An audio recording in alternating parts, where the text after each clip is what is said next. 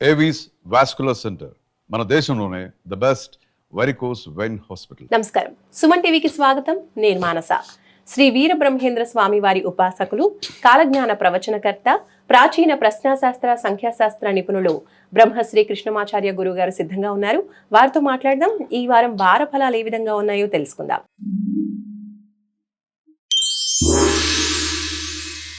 గురుగారు నమస్కారం అండి. జై వీరబ్రహ్మజీ. నమస్కారం అమ్మ. గురుగారు, ఈ వారం ద్వాదశ రాశుల యొక్క వార ఫలాలు తెలుసుకోవాలనుకుంటున్నాం. ఇప్పుడు తులారాశి.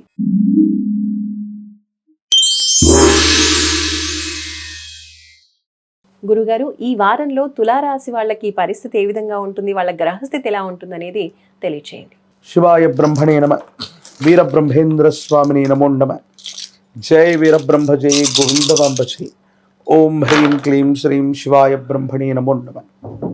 తులారాశి జాతకుల యొక్క జీవన గమనంలో ఎందుకో కాస్త ఆందోళన, ఎప్పుడూ లేనటువంటి గాబర, వేగవంతమైనటువంటి నిర్ణయాలు తీసుకోవాలనేటువంటి తపన అధికంగా కనిపిస్తుంది. కొన్ని సందర్భాల్లో మన పక్క వాళ్ళు అన్ని విషయాల్లో ముందుకు వెళ్ళిపోతున్నారు, చాలా వేగవంతంగా పనులు అవుతున్నాయి, మనకు మాత్రం అవ్వట్లేదన్నటువంటి గాబర ఏదైతే ఉందో మిమ్మల్ని కాస్త మానసికమైనటువంటి ప్రశాంతత లేకుండా చేసే అవకాశం ఉంది. కొన్ని సరికొత్త నిర్ణయాలు తీసుకోవటం, వృత్తి, వ్యాపారం, ఉద్యోగం, ప్రత్యేకించి ఉన్న చోటు నుండి మరో చోటుకు వెళ్ళిపోవాలనుకోవటం, స్థాన చలనానికి సంబంధించినటువంటి ఆలోచనలు, వేగవంతంగా నిర్ణయం తీసుకొని దానికి తగ్గ ఏర్పాట్లు సరిగ్గా జరగకపోవటం వల్ల కొన్ని ఇబ్బందులు పడేటువంటి అవకాశం ఉంది. కాబట్టి తస్మాత్ జాగ్రత్తగా ఉండటం చెప్పదగినటువంటి సూచన.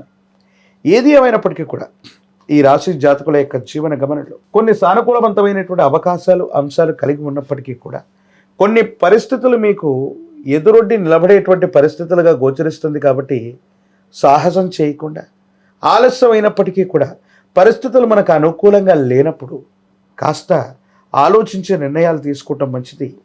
ఆరోగ్యం, ఆర్థికపరమైన అంశాలు, కుటుంబపరమైనటువంటి ప్రతి అంశంలో కూడా జాగ్రత్తగా ఉండటం చెప్పదగిన సూచన. గురుగారు, మరి తులారాశి వాళ్ళు ఈ వారంలో ఏ పరిహారాలు పాటిస్తే మంచిదో తెలియచేయండి. దేవగురువు అయినటువంటి బృహస్పతి యొక్క అనుగ్రహం కోసం దత్తాత్రేయ స్వామి వారు అవ్వచ్చు, సాయినాథ ప్రభు అవ్వచ్చు, వీరబ్రహ్మేంద్ర స్వాముల వారు ప్రత్యేకించి గురుతుల్యులైనటువంటి అవతార పురుషుల యొక్క ఆలయ ప్రాంగణానికి వెళ్ళటం, శనగలను నివేదించటం లేదా పచ్చి శనగలని గురుదేవతా స్వరూపాలకు అర్పించటం వల్ల అనుకూలవంతమైనటువంటి స్థితిగతులు. ఇప్ప నూనెను గనక దానం చేసిన, గురు సంబంధమైన ఆలయ ప్రాంగణంలో ఇప్ప నూనెతో దీపారాధన చేసిన తులారాశి జాతకుల యొక్క జీవన గమనంలో అనుకూలవంతమైనటువంటి ఫలితాలు తప్పకుండా లభించే అవకాశం కనపడుతుంది.